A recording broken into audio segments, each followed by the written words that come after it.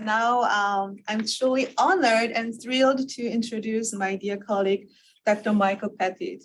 Dr. Pettit is Professor of Korean Studies at Binghamton University, where he has taught since 2003. He is one of the most renowned scholars in the field of Korean Studies, whose scholarship and passion for Korean Studies I deeply admire. I have been eager for our students and the growing Korean Studies program at ASU to get to know him, so today's event is particularly meaningful to me.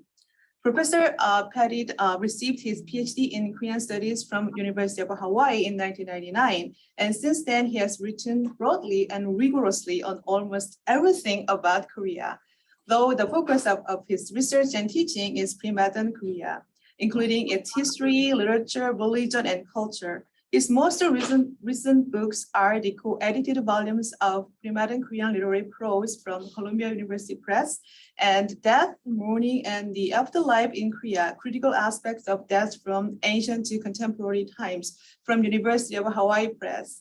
He also has monographs of famous Yoon Young-jeon, Love Affair at the Royal Palace of Choson, Korea, from the Institute of East Asian Studies, UC Berkeley, and Korean Cuisine, an illustrated history from Lexion Books, among numerous other publications. His most recent publication is a co-authored and annotated translation of a 19th century guidebook for women, the Kyuhap Choson. I have the book right here. A fascinating and groundbreaking work for the history of Choson culture and society, featuring women and their domestic lives. I believe he will discuss some of this book, content of this book as well today. I would like to highlight that Professor Pettit's research has counterbalanced the field of Korean studies, which focused on elite, male-focused literature and culture, by attending to the neglected and marginalized but important subjects in Korean people's lives and their culture. Professor Pettit has brought different perspectives that help us have a holistic understanding of Korea. Indeed, thanks to him, women's lives, their literature, their subjective and versatile voices became visible to the Western audience, and the complexities and the dynamic roles of traditional religions such as shamanism, Buddhism, and Confucianism, Professor Pettit has keenly observed, deepens our understanding of Korean traditions. So everyone, please welcome Professor Pettit. Thank you, Sukcha. Professor Cho, you're too kind. I hope I can live up to your praise. I enjoy the opportunity to talk about this subject. I really had a good time working on this book, although it took me 7 years. It proved to be rather difficult. Are you going to run the slides on that side, Professor Cho? Yes. Oh, okay. So I guess we can go ahead and get started. My background here, as Professor Cho alluded to, is when I was in graduate school and at Seoul National University back in the early 90s. I told my advisor in the history department what I wanted to study. And I remember that he kind of shook his head and told me that perhaps I should study something a little bit more consequential, such as perhaps legal codes or poetry or the like, something like that. And so from that point, I really felt like that's what I needed to do, was kind of look at this other side. After all, half the population has always been women, and they must have a voice there somewhere. And that kind of led us to this project here. We can go on to the next slide, please. So, yeah, the next one. Yeah, there we go. Perfect. And so I wanted to start by addressing a couple things that always seem to be out of kilter, at least for me, at least in terms of how we look at the women in the Choson dynasty. And I remember the one thing that I always heard was about how oppressed women in Choson were and how horrible their lives were and how Confucianism caused them so many problems and whatnot. And I find this to be a little hard to believe. Oppression perhaps from a 21st century frame, but was it the same in 17th, 18th, 19th, 16th century Korea? And the other thing is this idea of lack of basic freedoms. And again, I think that if we look at their lives holistically, the whole thing, I think we see that there's a little bit more going on than simply oppression and a lack of basic freedoms. It's much more nuanced than that, I believe. Are we doing okay? We're trying to get the slides to be full screen. Okay. I'm the wrong guy to ask. I can't even do my own slides. This is horrible. Okay, that looks pretty. So that's where I kind of start with this. I guess most of my studies start with these ideas of how can I demonstrate that women lived their lives in 17th century Korea and 19th century Korea, much like women today live their lives. Of course, there's things that we don't like, but there's also things we do like. There's things that we can change. There's things we can't change. People have autonomy. They always have, I think, regardless of the social system. We can go to the next slide, please. So I guess I just said this. I want to provide a more balanced understanding of women's lives in late Choson and how things actually worked, what they did, how they thought, what they thought about, and so on. And so this is the number one thing. And number two, demonstrate what kind of roles they had in life. Women were limited largely to the domestic sphere, but that's not a small sphere. That's not a small area of society. As we'll see with my author here, Lady Yi, she had quite a bit going on in her life, and despite the fact that she didn't have a political role, she certainly had a very successful social role, I think. Next slide, please. So the book that we're looking at here is the Kyuhap Chongso, or the Encyclopedia of Daily Life, and it was written by Pinhôgak Yishi, or Lady Yi, who lived from 1759 to 1824. What you might take note of first is her name. It was common for women to use a pen name when they write, and her pen name, Pinhôgak, Pinhô, means to stand alone, to be independent, I suppose, in a literal translation. And she selected this name for herself when she was a young girl. The age is escaping me right now. It was either 8 or 11 years old that she decided this was the name she was going to have for her life going on further, which I think shows a little bit of her I guess her streak of independence and her streak of understanding her own abilities. The book itself is composed of 5 volumes that cover topics of food and drink, needlework and weaving, managing a rural household, disease and medicine, and then suppressing evil spirits and maintaining a spiritually clean household. That's a mouthful right there. The translation that we did, my co-author, by the way, is my wife. The translation that we did includes about half the work, and we decided on the food and drink volume and the medicine volume, which seemed to be the most relevant for us today.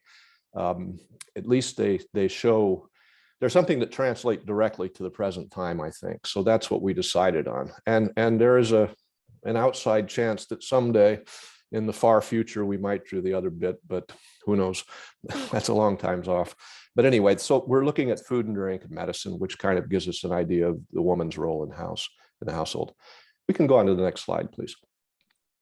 The backdrop of all of this is the trend towards what we call encyclopedic literature in the late Choson.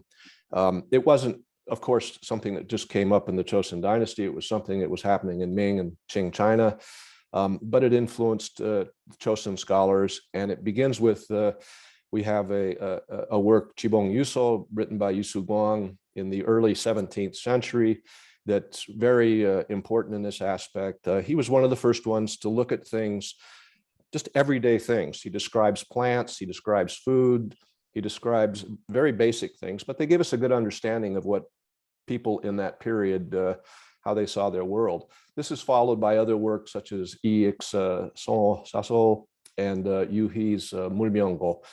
Just these works that are just more introspective, I suppose.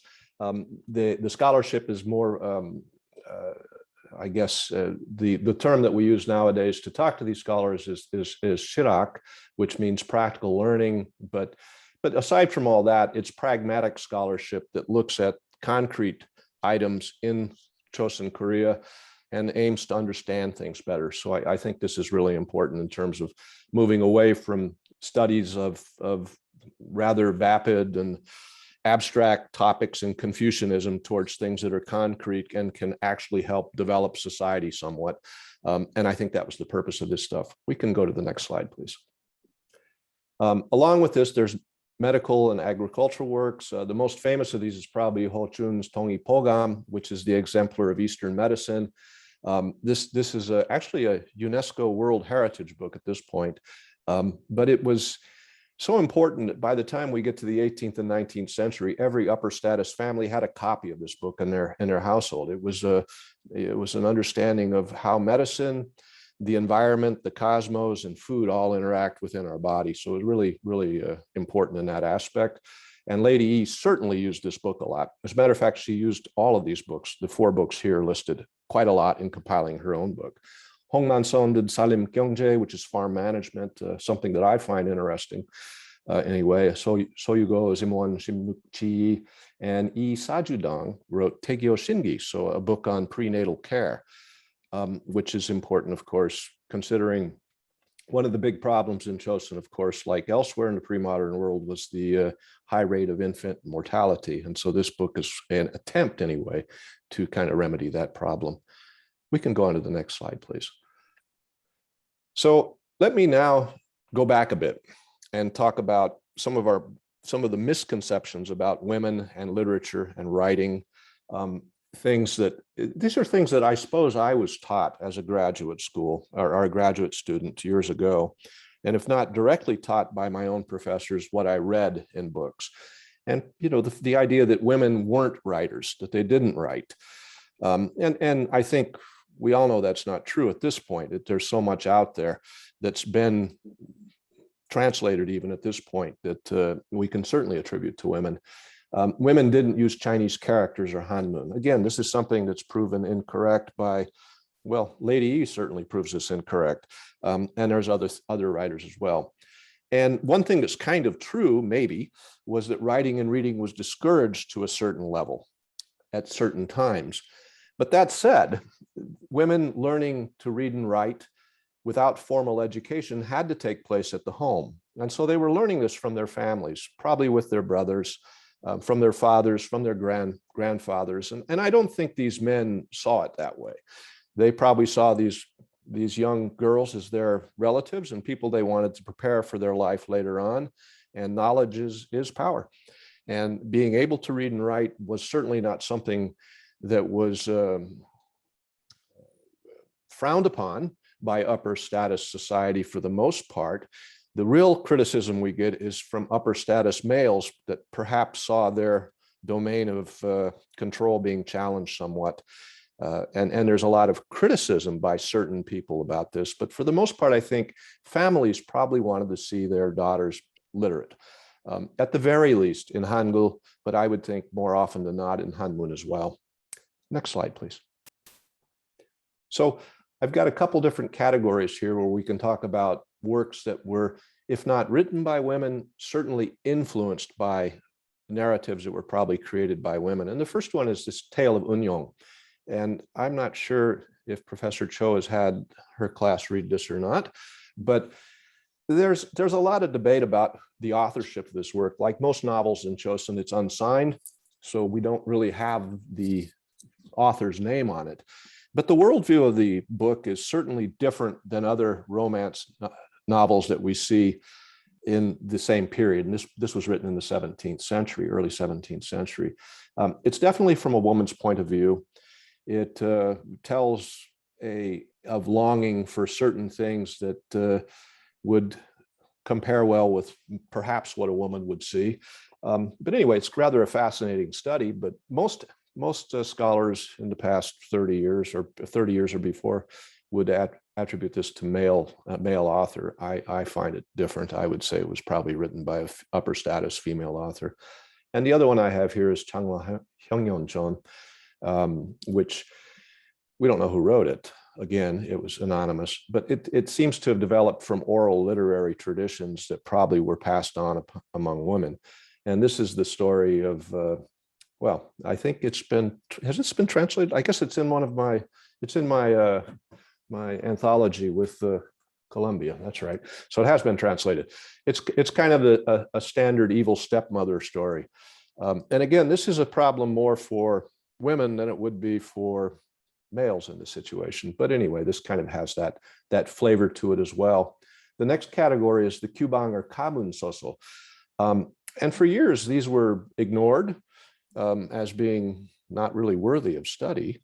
But recent scholarship looks at these, and these are domestic novels is what they are. They tell the story of different generations within the same household and how the problems that they had, with interpersonal relationships, trying to get along with the extended family within the household, and how this goes on generationally. And these are nowadays, I think most scholars would say these are written by women, and they can be really long. I'm thinking like hundreds of volumes long. And so it's not anything I think I'm going to translate anytime soon, but they're out there. So if you wanted to read those, they're there. Next slide, please. Beyond novels, we have educational works, and I think these are a little bit better known. Queen Sohei wrote the Nehun early on in the Choson dynasty. I think that's giving her too much credit. She actually just lifted the work from Chinese books and put it into her own book. But nonetheless, it was written to teach women, upper status women, how to do what they're supposed to do, how to exist in a Confucian type environment. This was kind of the beginning of the push to get women to change their lives a little bit. But it's an interesting book, I think. Umshik Timibang was written by Lady Chang of Andong in the early 17th century or mid 17th century. And it's not too interesting, I think. It's basically just recipes and a lot of recipes for making alcoholic drink, which is interesting to me anyway. But the other part, it doesn't have a lot of other things with it, though. It doesn't have a long introduction. It doesn't have personal asides and whatnot. It's basically a recipe book. But nonetheless, she's the first female in Choson to pull together a recipe book. Konbom is a much later book, 18th, 19th century probably. We don't know who wrote this, but it's kind of a rules book for women in terms of how to engage Confucian philosophy. So it takes various Confucian texts, such as the Analects or Mencius, and it talks about what's in there. It explains the text in a manner that would make it accessible for women. And so it was done as a way to, I guess, open up the door of Confucianism for women without requiring them to go into this long study of Confucian text. Why would women want to know about that? Well, Confucianism was the uppermost social system in the Choson dynasty. If you wanted to be a successful person, if you wanted to engage in society, you had to understand Confucianism. But if you're only understanding it from what you're being told by males, then you're not really fully understanding it. And the Konbom kind of gives this other side to Confucianism. How can we engage this? Which is quite interesting, I think. This was probably written by an upper status woman, a woman that was close to the royal court would be my guess. And it's a Hangul work, so it's really hard to read. It's written in a cursive script, and I'm not sure that anyone's really translated any significant amount of this. It would be a piece of work, I think. And finally, we have two scholars down here at the bottom, in Yunjidang and Kang Chongildang. And these women were actually Confucian scholars. And they studied Confucianism, and they wrote on Confucianism. So they didn't see themselves as being oppressed by Confucianism. They saw them being part of a Confucian society, and that engaging with Confucianism was a way that they could elevate their own selves within society to gain sagehood. And that would be the goal of women in terms of Confucianism. It's the same as men. And last time I checked, as I tell my class all the time, that Confucianism talks about humans reaching sagehood, and women are humans. So of course they're a part of this process. And these two women actually sit down and write on this topic, which is very interesting. And I think Kim Yong Min has done some translations on this, and maybe Wang. Oh. Anyway, I can't remember, but anyway, I think some of this stuff has been translated at this point now. Next screen, please. moving away from written works, I'd like to talk a little bit about shamanic narratives. And the one I picked is Padi Gongju, which is, my favorite. But it's an oral literary work. It was composed by shamans over probably a couple of centuries. Even into the 20th century, it wasn't exactly fossilized. It had lots of variations depending on where on the peninsula it was being performed. It was probably the most important shaman song. It was always invoked in the time of a bad death. So somebody dying away from home or early or unmarried. And Princess Padi's job, she was to take the soul of the dead from this world to the next. So she's a really important shamanic deity. The story itself, I can do it really quick here. She was the seventh daughter of the king and queen of Choson, and they were sick of having daughters, so they threw her away. She eventually is taken by the Buddha and sent off to be raised by some, I don't know what to call them. They're like Taoist hell ghosts or something. But anyway, she's raised, she grows up, she hears that her parents are dying. Her parents are dying for throwing her away, by the way. There is justice in the world. And she goes back and watches her sister decline to go to the next world to get the medicine that will save them, her elder sisters. So she takes on the role. She goes to the next world. She gets the medicine. Her parents have already died when she gets back, but she revives them and they come back to life. And her father offers her half the kingdom. And she says, no, thank you. I'm going to become a shaman, and does her thing and dances away. It's really a great story. I guess it's been translated. It's a little repetitive because it's oral literature, but it's a great story in that it really shows how women viewed themselves in the late Choson. Something that a man couldn't do, Princess Padi does. She goes to the next world and comes back. And I think this would have been a lot like a popular opera in Europe in the same period. Everybody knows this story. There's nothing new about this story. But it provided a space for women to come together and kind of join the roller coaster of Princess Padi's life and listen to her being thrown away, of her rejection, and then her at the end, her victory. And it's a great story in that sense. And the reason I think it's important is the way it's transmitted orally. Because I think that, well, I'll get to that later. Let's go to the next screen. I'll come back to this. Here we go. It's right here. So I think the Kyuhap Chongso, the book I'm looking at here, has all of these kind of things put together in it. It has fictional elements, educational, and oral narratives all put together. It's a blend of spoken material and written sources in both literary Chinese and Hangul. I think this is kind of the zenith of the way information was transmitted, at least among women, by late Choson, that it's not just written sources that one would seek out to put together a book or a guidebook or something, but it's also these oral narratives that had to be a huge part of women's lives, because women always would pass on recipes and whatnot. That's how things were passed on. It wasn't necessarily by writing, but by word of mouth. And so I think this is what we're seeing here. Lady Yi kind of takes all of these elements together.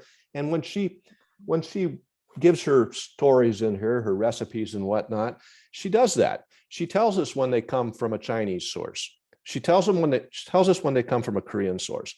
And she tells us when she heard this recipe from a woman in Yongin or something, of how to make oi kimchi, for example. I mean, this is how I think information was circulated amongst upper status women, and probably even those under that top elite group, that it was this combination of written material and oral material.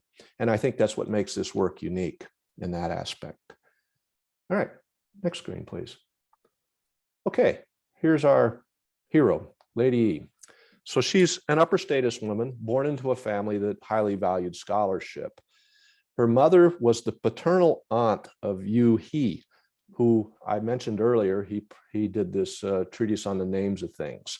So she's coming from a family with a little background in scholarship. Her husband was the elder brother of the author of the aforementioned Imwan Jimnyukchi. So scholarship is really important in this family. And her maternal aunt was Yi Sajudang, who wrote the book on prenatal care around the same time. So she was in an environment that I guess highly valued education and writing and being able to incorporate various sources and whatnot. And she does lean heavily, particularly on her maternal aunt's work when she starts talking about prenatal care. So I guess that's to be expected. Next screen, please. Oh, I didn't tell enough. That's okay, I can do this. But she wasn't from a particularly successful family.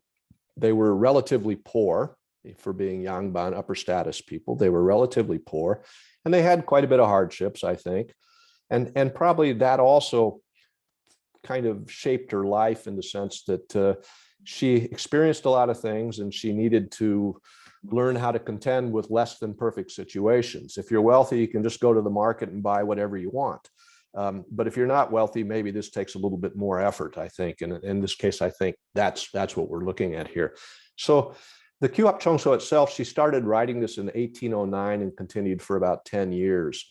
And she says in the introduction that she did this not to put her name on something. She was very humble. She said that a woman shouldn't be writing things like this. She's too humble to do all that. But she wants to help her daughters and her daughter-in-laws to have better lives. And she has information that they can use. And so she says that she gets some of her sources from her husband's library and uses these in the book, and then other sources from elsewhere. Initially, it wasn't widely circulated.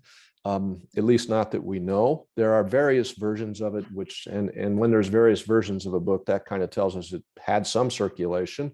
We don't know what the original form looked like.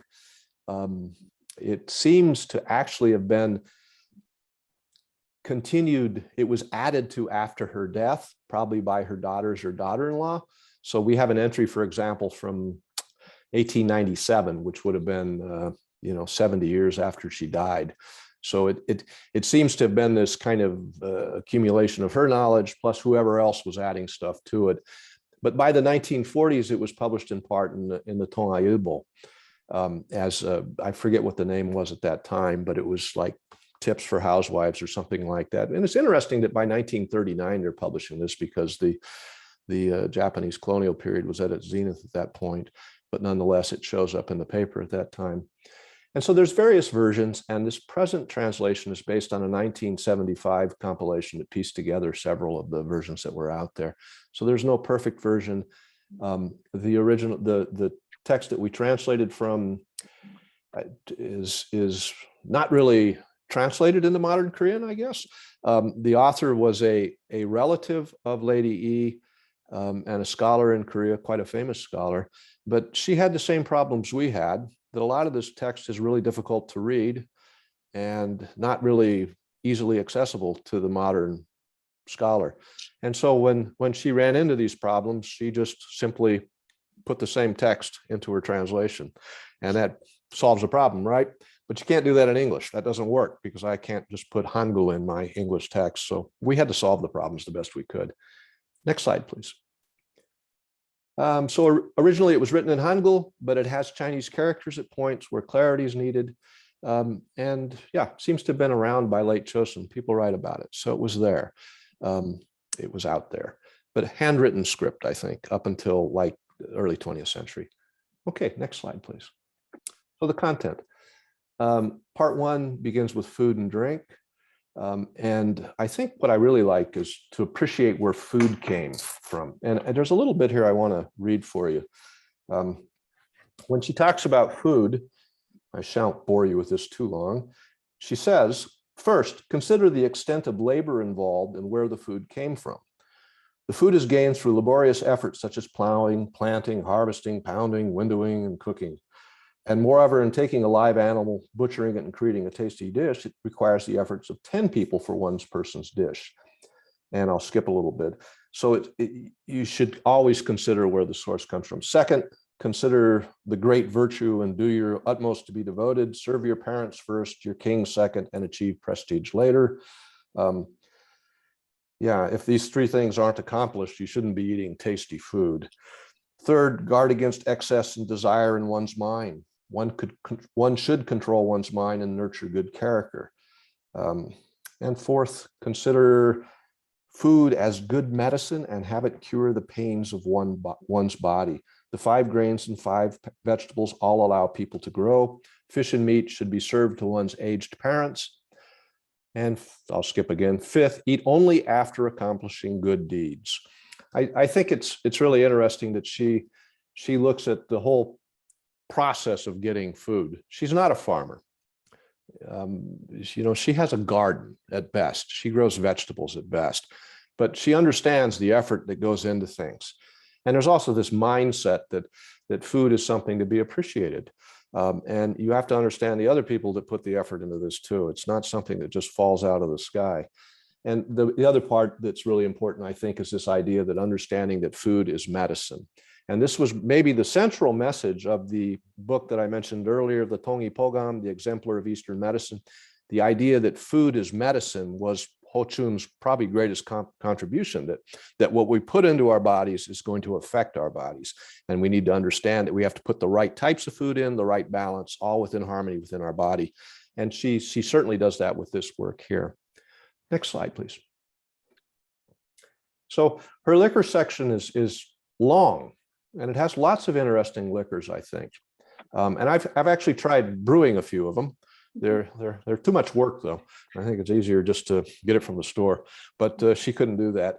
But she goes into a long section where she describes various liquors of China and elsewhere. And I don't know what to think of this. Maybe it's a way to show, maybe it's the way that a scholar does a literary review at the beginning of their book to show that they've read what's out there. And then she goes into how to actually do it. Auspicious days for brewing liquor, recipe for liquors. And what's really important, I think, is the remedies for overconsumption and how to stop somebody from drinking so much. Clearly, this was a problem in the Choson dynasty. People drank too much. I find that just shocking. Let me find a bit here. A recipe to help quit drinking, the end of it. If you serve liquor mixed with the ashes of hakdong, the person will never drink liquor again. Now, I don't know how you go about getting hakdong, but if you could, and you mix it into liquor, I suppose it'll stop people from drinking. And she has lots of recipes for hangovers and whatnot as well. So it kind of tells me that Korea in the 19th century wasn't a lot different than Korea in the 20th or 21st century. I can't speak before that. Next slide, please. Food preparation. She begins with chang, which is, that's where Korean food begins, right? So various recipes. Chang, of course, is the condiments. So that's soy sauce, soybean paste, and red pepper paste, and when to do this. And like with what we saw with alcohol, there's auspicious days or inauspicious days for when you should brew things, when you should make it. It was that important, I suppose. You could only make chang once a year. And so you only have your meiju once a year. And if you mess that up, you're in for a long year or two before you get another shot at that. So I think that's why so much preparation was to do it on the right day with the right water, at the right time, in order to ensure that it would be all right. Rice preparation, it's important. We have porridges, teas, kimchi, of course, shows up in this book. And by the 19th century, of course, Koreans are using red pepper to flavor their kimchi, amongst other things. Next slide, please. Marine products, meats, fowl, vegetables, and herbs. What I find interesting is the vegetables and herbs, which comprise the largest part of Korean meals, is really short. There aren't so many recipes. How come? I think everybody knew how to prepare vegetables and herbs. On the other hand, rice cakes and confections, which are for auspicious occasions, birthdays, whatever, this section is really lengthy because I don't think everybody knew how to prepare these. You didn't do it every day, so you needed detailed instruction. And that makes good sense to me. Things that we don't do often, we need to look at a recipe. If we do them all the time, it's easy enough. We can do them off the top of our head. I guess it was the same in the 19th century for that too. Next slide, please. That was the food section. Then we get into prenatal care and treatment of various ailments. I think this section for me was more important and more interesting than the food. I've worked with food for a long time, and so maybe I'm less interested in it. I mean, it's interesting to see what people eat, but I think it's more interesting to see what people do when they're sick or they're hurt. And this section kind of goes into that. And what I find interesting, and I mentioned it for prenatal care, but I think it's for everything. It's kind of this blend of East Asian cosmology. That would be the 5 phases, yin yang, sasang, whatever that is. The theory of yin and yang and the 5 phases, and how these things all interact within the world. And then folk practices, these things that people did on everyday life, in everyday life. It's just this mix of these 2 things going together. So we have some stuff that certainly we can trace back to Chinese books or Korean medical books, but we have this other stuff that's mixed with them that's certainly, that seems to be apparently part of indigenous native Korean culture. And so the blend of that is really interesting for me. I don't know if I have a decent thing to quote here. Let me look. What do I got here? No, I didn't mark anything here. Changing the sex of a fetus. This is a big section in the work. How to change the sex. I mean, there's ways to predict if you're going to have a boy or a girl for a woman, but then there's all these methods on how to change the sex of a fetus. And she's kind of interesting in that aspect. She sometimes says that she's afraid to do some of these things, that if you do these practices, that it might cause harm to the baby in some way. And she doesn't want to damage the fetus. But she says she lists them because one should list things they have. I have here, well, here's what she says. In general, when an embryo becomes a fetus, it is said to be divided into left and right. It is not likely that a female embryo would become a male embryo. But I write this here since it is recorded in medical books, and there were cases that people had experienced at that time.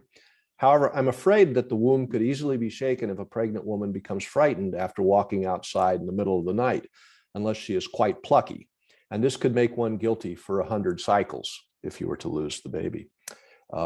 So there's different methods. I mean, the one that's right above here, she says that at midnight, you're supposed to, or in the middle of the night, the 3rd watch, you're supposed to walk around in the well in the left direction 3 times and implore, man is yang, woman is yin. Bend the body to make a reflection of yourself in the well and return to the house without looking back. And that'll turn the sex of the baby, if it's a female to a male. But then she cautions that if you do these sort of things, it could cause some harm. So I think this is kind of a reflection of probably upper status women's lives by 19th century, that having a male child was really important in terms of securing your status within the family. And so it's something that women talked about. It was out there. But there's also always these dangers of having a pregnant woman lose a baby with a miscarriage, with being frightened or something. So I think she acknowledged that to some degree. She talks about tesal a lot. That's at the bottom there. Tesal are bad things. They're bad little spirits that hang around and they cause problems. They can kill your baby. They can cause it to have bad luck and stuff. So she talks about how to avoid them, how to get rid of them, how to create an environment where they're not around. And she goes into this to quite some detail. It's just not something, it's not really easy. It's not really concrete, I guess. It's difficult to figure out what's going on here. But I would say this is, of course, from folk literature. This is folklore, the idea that ghosts can generate evil spirits, they can cause problems, and I think that's what we're looking at here. Next slide, please. I think I'm taking too much time, aren't I? You're good. You're good. Okay, what time should I be done? 20 or 25 or around 25? Yeah, okay, so about 10 more minutes? Yes. Okay, I can handle this then. Delivery. This section was really interesting on the practices for what one should do for the delivery of a baby. Remember, we don't have doctors, we have midwives. Maybe, I think maybe we could look at them as that, but basically old women that would help out. But the things that I notice are things that are common sense. She talks a lot about cleanliness of the room, keeping people out, making sure there's no drafts, making sure that the room is clean and whatnot before the baby's delivered. And that all kind of adds into the common sense of what we know about, having a baby. It's got to be clean. She also talks about keeping people away from the baby for a number of days, because the disease, of course, can be transmitted by whoever might be in that room. So isolating the baby. The first aid section is pretty interesting. This is where she goes into quite some, well, no, I didn't mark that. I was going to mark that and I didn't mark that. Well, okay, never mind. She goes into this interaction of the 5 phases and yin and yang, and how everything that we put into our body is influencing one of the 5 phases. And if you think about the body in terms of traditional medicine, we're composed of the 5 elements in the yin and yang. And if there's too much of anything, it's going to cause a problem. If there's too little of anything, it's going to be a problem. We have to have that balance, the harmony within the different parts of our bodies. Different parts of our bodies respond to different of the phases. The 5 phases, in case you don't know, are the days of the week, right? Fire, water, wood, metal, and earth. And so everything's composed of this. And different parts of your body, say your liver, for example, responds to one of the elements. If you don't have enough of the element, you'll have a problem with your liver. If you have too much of the element, you'll have a problem with your liver. So you have to balance this sort of thing. And she goes into this in rather great detail. It's really quite interesting to see how they understood the body. And I think a lot of this stuff has been borne out to be actually true and helpful in terms of medicine. Modern Western medicine doesn't know everything, for sure. There's all sorts of things that seem to happen here that are completely in line with what she mentions and what she took from different books over the years there. Next, pests. I like this section just because they had the same pests that we have. If you think about what you don't like around your house, they had it in Choson, Korea. Rats, cockroaches, centipedes, spiders, flies, mosquitoes, lice, well, we don't have lice around our house, but everything else you can get around your house, right? But so it was the same problems. And how do you get rid of them? And that was really her thing, was trying to teach her daughters, her daughter-in-laws, of how to manage a household properly. You couldn't go down to the market and buy a can of insecticide. It didn't exist. So how do you get rid of rats? Yeah, it's kind of interesting. Regional goods, she goes into this, which kind of shows the diversity in Korean cuisine and their foodways in this period, that there were so many goods that you could get from different places. And she knew about these. Next slide, please. So to kind of sum up, I guess that's where I'm at now, I think. I find her worldview to be really refreshing. If I think back to when I first started studying Korean history and society in the Choson dynasty, it was always about Confucianism. Everything was about Confucianism and how that dominated society. That's so untrue. Confucianism was like a veneer that was over the top of a table or a desk. But if you scratch away at that veneer, what do you got underneath it? You got folk culture, you got Buddhism, you have shamanism. All these things are in there, and they're just as important. People didn't live so narrow-sighted in the Choson dynasty any more than we do today. They knew of many different things, and they incorporated them into their lives. At times, Lady Yi is a great Confucian. She talks about, having virtue and to do these things before you eat food. But at other times, she's the opposite of a Confucian. She's acknowledging the existence of spirits that can affect the health of your child or the like.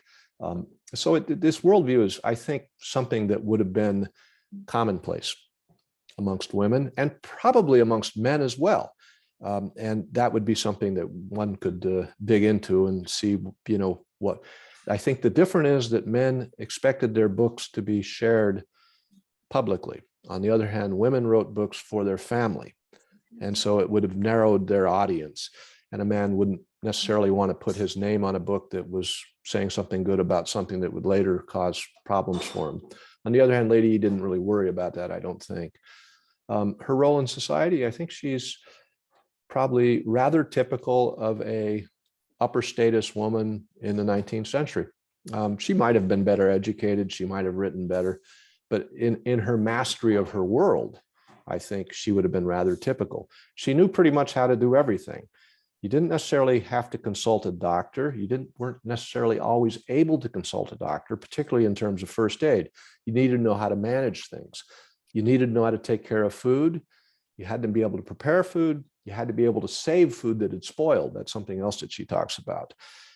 Making alcoholic drinks was something that reflected her status as being an upper status woman. If people came to her house, her husband's compadres, if they came to the house, she needed to provide liquor and side dishes for them. That was her role as a hostess. And so she was the king of this. I mean, she had complete control of her family, of the domestic sphere, and she passes this on to her daughter. So I think she's rather, she might have been exceptional on one hand, but on the other hand, I think she was typical of your upper status women in this period. And this, hopefully this study helps people understand a little bit that women in Choson weren't necessarily oppressed. She never writes about being oppressed, by the way. She didn't see it that way. She saw herself as being a fully functioning part of the world, and I believe that's what she was. I think I'll end there. Thanks for listening. Thank you for such an engaging lecture. Fascinating. We just learned, late Choson Korean women's life, and then your talk really helped us wrap up all our discussions in my class of Women of Korea. So now we open the Q&A sessions. So please submit your questions through the chat, or maybe we can raise hands, probably. Please ask your questions.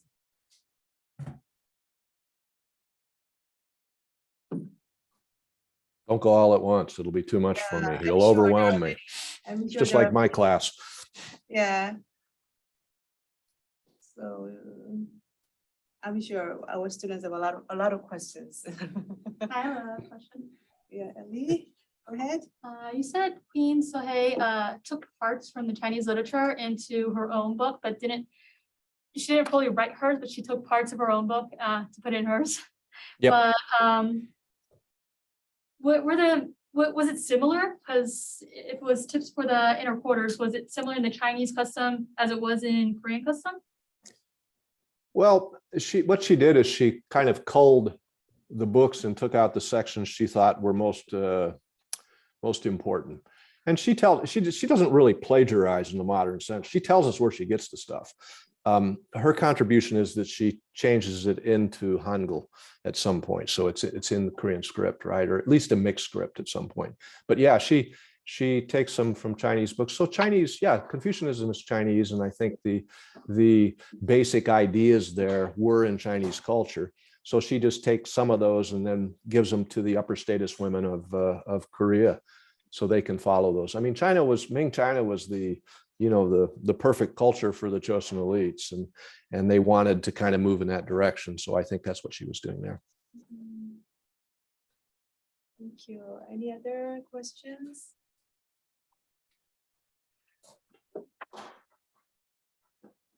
Please feel free to ask. I know. There's some in the Q&A from Yes. an anonymous person. As you mentioned, there are a lot of different religions in this period in Korea, but Confucianism dominated the literature narrative for a lot of things we read. How might our understanding of the Joseon era literature or society change in the absence of Confucian values? Nice question. I don't think it really changes because Confucianism was always there. What the other stuff shows is that people had Confucianism on one hand, but on the other hand, had these other things. And so I think it's dangerous to look at Choson as being, kind of culturally simplistic in the terms of just Confucianism dictating everything. I don't think it was ever that case. I think underneath that, there was all sorts of other stuff happening. Literature tends to show us the Confucian aspect because it's written. And the people that are writing are generally people that are educated. And so I think that's why it reflects it. When they show other things, it's generally in a negative light, but it's still there. It's just kind of being able to pick it out. I hope that answers the question. So let's move to the next. Warren has a question. I'm gonna unmute you, Warren.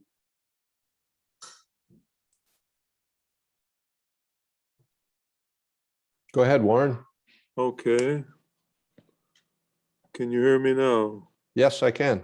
Okay, it's too long to type, but I'm just curious about the sources that she obtained. I presume there were no libraries at this time, no university nearby or anything. So did her household have copies of all these books, do you think, or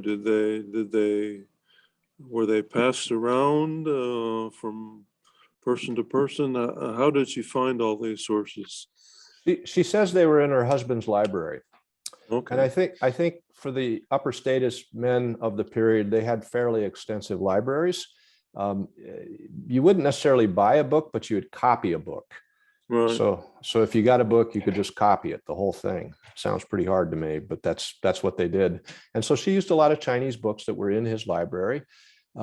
And then she used a lot of Korean books that were in his library as well. There were lending libraries, but I don't think they worked in these sort of books.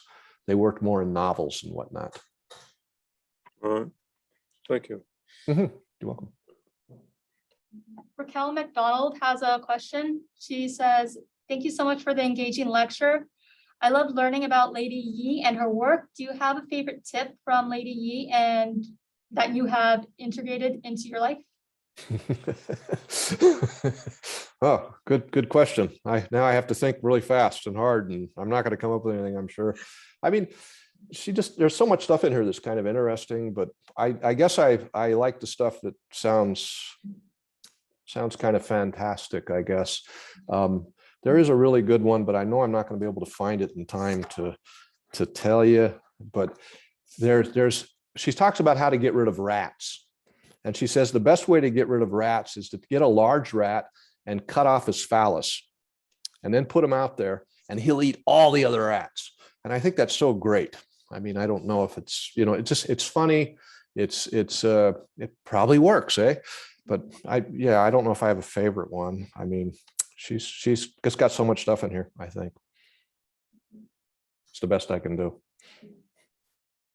Maybe Ellie can let them talk. Can you unmute? They just put it in the Q&A. If Yeah. you guys want to talk, Yeah, I think just they go ahead can. and raise your hand in the chat and we'll unmute you. I think Emily, can you? Yes. Yeah. Can you find Emily? Emily, you can talk. Yeah, Emily, you Oh, can ask Hi. directly. Hi, Hi. can you hear me? I can. Okay, I had a quick question about because as you mentioned, like even though Confucianism was kind of the overhead ideology, if you like scratch the surface, there's these other kind of underneath ideologies popping up. And my question was when talking about medicine and those kinds of things, I think it's easy to see how shamanism kind of comes into play, but I was curious if there's other ways in which the convergence of shamanism and Confucianism kind of made itself apparent in late Choson society. Yeah, I think it's just in the functioning of the household that shamanism kind of, this idea that there were spirits and whatnot around the house and they needed to be satiated or placated in some way was really prominent. So when she talks about the preparation of food, the inauspicious days versus auspicious days are determined by the presence of spirits. But of course she's using the Chinese calendar, to do this. So I think it's definitely there. It's just, you have to look kind of underneath it. I mean, she doesn't really talk about shamanism per se, but you can tell that's what's influencing her ideas and how she sees things. I just think it's, for almost anything she talks about, there's this blend of worldviews. It's not just one thing. It's just kind of like how life was, I guess. Maybe that's the best way to put it. It's how she saw the world, that it wasn't a Confucian world. It wasn't a Confucian veneer. It wasn't shamanism underneath. It was just like everything's all together there anyway. And that's what we see. For us looking back, I guess, at least for me looking back, I tend to try to see it oh, this is coming from this is coming from this, and so on and so forth. Maybe it'd be better not to even try to do that and just to look at it holistically. But I just think it's how she saw the world. It was just all there in every aspect. It wasn't like you could ever divorce one thing or the other. It was just how things were. Oh, okay. Thank you. You're welcome. JD, you're unmuted. JD? Maybe Ellie, you can just, Jay, oh yeah, there. Go ahead. Okay, so I have two questions, whichever you can answer. So the first one was, is there like any successful stories or recounts of actually changing the gender of the baby? Like nowadays, it's not that it's not something that can't happen, but it's like uncommon. And also, what are some things that you see in modern Korea that have stayed from like her time? Okay, I can answer both those. She says some of them were successful. She says I've heard this works for changing the gender of a fetus. So at least she thought it was successful. But she also says they're dangerous. She keeps coming back to this idea that they're dangerous.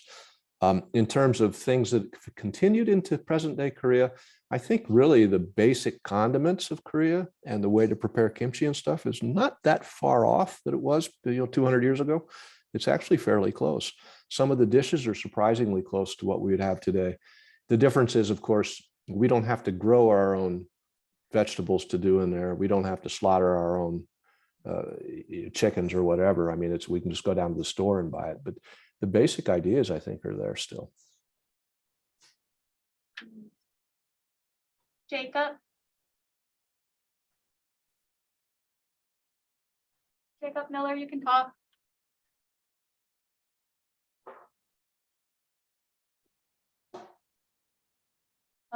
Jacob would like to say thank you for the enlightening presentation. If time allows, I have two questions. Could you briefly speak to any mythological challenges you faced when embarking upon such research? And question number two is, would you briefly speak to the importance of water with regard to food and drink, of any interesting deviations you came across regarding alcohol? Example, whiskey arrived in England from the notion of water and life. Interesting. I mean, she talks about liquors from different countries, and that's just pretty fantastic. I think, some of the stuff she's goes into quite detail on, say, liquors that you could drink 10,000 cups of and never be drunk, things like this. So she does incorporate a little history into the liquor, but not necessarily into the recipes she gives. The water, of course, is of the utmost importance in all these, and she always talks about good water, which I imagine is clean or clear or something without pollutants and stuff. So she does go into that, but she doesn't necessarily. I mean, there's a lot of she gives us a lot of lore with some of these recipes from other countries, but not necessarily the ones that she's making. I guess that's the point I need to make. The ones that she talks about, she's very detailed in how to do it. The other question, I already forgot. The first question. Can you briefly speak to any mythological challenges you faced with embarking upon such research? Methodological. Yeah. It was really difficult. I mean, there's a lot of these things that we ran into, we don't know. They're not in dictionaries. It's old knowledge. Fortunately, we knew people in Korea that could help us. People, in some cases, just simply old people that knew this language because they had used it, when they were kids. People that were older than me and that kind of old. And then also sometimes we had a professor of literature at Dongguk University that was very helpful in helping with some of these words. I mean, the text itself, like I say, it's not really translated into modern Korean. It's kind of translated into modern Korean. So any problem that was there in 1975, when this was originally, the compilation was done, was still there when we got around to it. And so there's a lot of things that we ultimately didn't translate or couldn't translate, or tried to translate and said, we tried to translate this the best we could, but we don't necessarily, there could be a lot of errors. in that aspect. It simply is not that easy. If it was in Chinese, it would have been easy. But it's in Korean script. You have to remember there was no orthography in Korean until 1933, 33, 38, I can't remember. So basically everybody wrote like they spoke. There was no punctuation, no concept of a paragraph or a sentence really. So, I mean, you've simply got a long sentence that goes on and on and on and on and on, and you've got to figure out what to do with it. So there were a lot of challenges. That's why it took so long. Next. Maddie, you can speak if you wish. Maddie? Maddie would like to say, where do you think so many people think that, why do you think so many people think that women were oppressed in the Joseon era of it is not as true? That's like every book I read when I was in graduate school. It was simply the dominant theme in Korean literary and history studies. And it was kind of reinforced by the early works in the English language by some of our most prominent scholars, but that focused too narrowly on one or two things. And so it was kind of reinforcing the main scholars in Korea in the middle of the 20th century were males. And basically they were writing their interpretation of Korean history. And that kind of got swallowed hook, line, and sinker by Western scholars as well. And it really wasn't until the 1970s and 80s and into the 90s that feminist scholars in Korea started to understand that there were different ways of looking at things and started writing about it. So, I think that's the problem. It's just that we had rather a narrow view of what the reality was. I mean, it's a little bit easier to write of a political history if you ignore women, but it doesn't really give us a full history of the Choson dynasty by any means. The next question comes from an anonymous person. You talked a lot about upper class women, but what did lower class women that did not have access to this book do? Yeah, good question. I mean, I think if I had been born 100 years earlier, I probably could have traveled to Korea and heard their stories on how to make kimchi or how to cook foods. It would have been orally translated, but that kind of died out. We get little pieces of it, snippets of it in poetry and in folk tales and things that are just have been transmitted to the present age by accident. I mean, there's little snippets of what people did, but I think they probably would have had, I don't think they would have had this grand view of the world like Lady Yi had, but they certainly would have known how to make kimchi or tell their daughter-in-law how to make kimchi or something like that. But it would have been all orally done, and that just died out with literacy, unfortunately. Yvonne? Sorry, 1 second. There's three. Yeah, Ivan Gonzalez. There's three people on the name. Yeah, just unmute all of No, them. there's three. All. Yeah, just in case. So, Ivan, are you there? Maybe anyone from this floor? May ask questions? Yvonne, if you want to try to unmute yourself, you can now.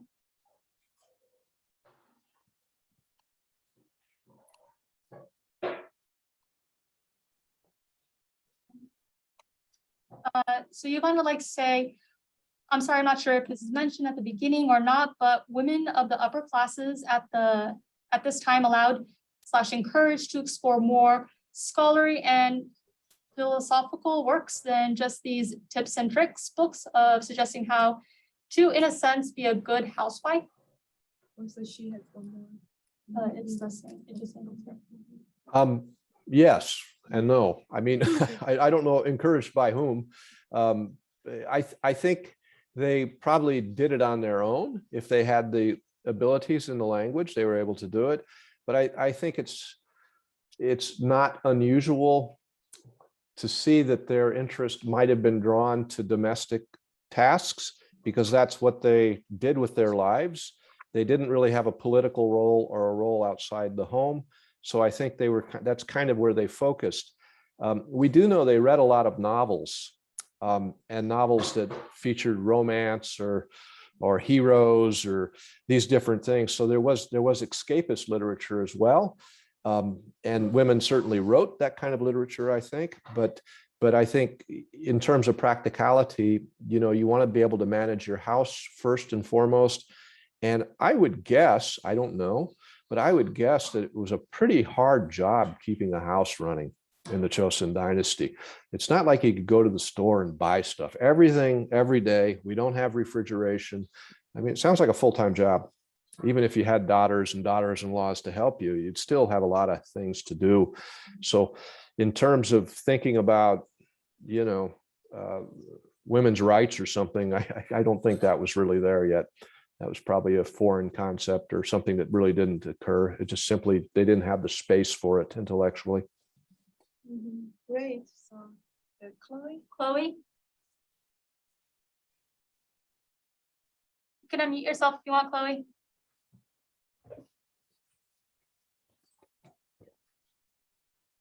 Chloe would like to say, as the labor needed fulfillment was of greater importance than of greater inequality at the time of the writing of the book, providing knowledge of maintaining the crop. In what way do you think this allowed for Lady Yi's writing to be perceived, and how did it impact the Korean society in the long run? In terms of the crop, the labor, I didn't catch the beginning of that exactly. In the terms of maintaining crops and labor. Yeah. I think she was less concerned with farming, the actual production of, say, rice or barley or something like that. That would have been more under the purview of not necessarily the males of the household, but the slaves or the servants, whoever, the people that actually did the farming, and there were books that they would have used. I think for her, it was more about the garden. And the garden in this case would be where you'd grow your vegetables, you know, mustard, sukkat, something like that. And she does go into some detail of that on how to fertilize, when to plant and stuff. So I think this was just a way to make sure that you had those fresh greens. She talks about how to grow vegetables in the winter, for example, in a dugout, so you could get fresh vegetables in the winter and stuff like that. How did it impact Choson society? I think, you know, along with her and other women, I think they really, you know, developed ways to have a better diet, I suppose, if you have these things available in different seasons and whatnot. That'd be my guess. I wonder if there was any possibility that she actually make money by selling her knowledge, or her family. Maybe, Anything? maybe, but I don't think in her lifetime, because she died in 1824. And but maybe her daughter-in-laws or somebody was able to, you know, sell this book. It probably, I mean, that might account for the various renditions we have of it. We know that women copied books quite often, and they were able to give those to the book rental person for money in essence. So I assume that probably happened. I just don't know that she would have benefited, unfortunately. Have you communicated with her clan, the Lady Yi's clan family, while you are working on this project? Sometimes they will intervene, right? The whole. Yeah, it would be interesting. The only relative I know is that, well, and she's passed, so I don't know her, but she was actually quite a famous scholar in Korea in literary studies, in Korean literature studies. And she was a professor for a number of years, but she's not, I didn't go back any further than that. So any other, we are closing. Yeah, we are, okay, great. You mentioned that women's rights were probably not a thought prevalent during her era, but do you think it's at all possible that the act of putting these topics into writing helps in any way to evaluate them to the realm of knowledge, and thus aid in the status of women, or at least improve self-perception?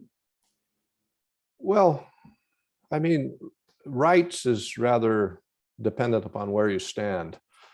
And I don't think Lady Yi saw herself as being oppressed. She certainly doesn't write like it. She writes like she's the master. She knows these things. So from a 21st century viewpoint, we look at these women and we think they had, they were oppressed in their lives. I don't really see it that way. She lived her life. She wanted to write this book to share the knowledge that she had accumulated over 50 or 60 years, and she did so. Nobody stopped her. I just think, human rights is dependent upon where you stand. And maybe, basic rights that we take for granted today, freedom to marry who you want, work at what you want to do, that sort of thing. That wasn't really a thing in the Choson dynasty for upper status people. I mean, it wasn't a concept. Lower status people probably married fairly freely. They could do that because they were lower status, but upper status, they represented that elite part of society, and marriage was about marrying families, not marrying people.